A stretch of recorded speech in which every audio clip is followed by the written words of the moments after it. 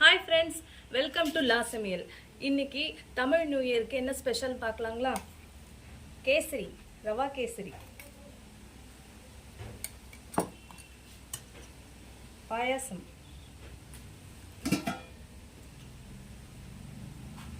வடை, உளுந்து வடை, மசால் வடை, இட்லி, கீ தோசை,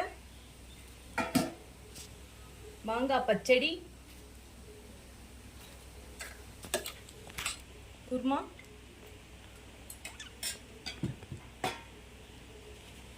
பட்டாணி குருமா,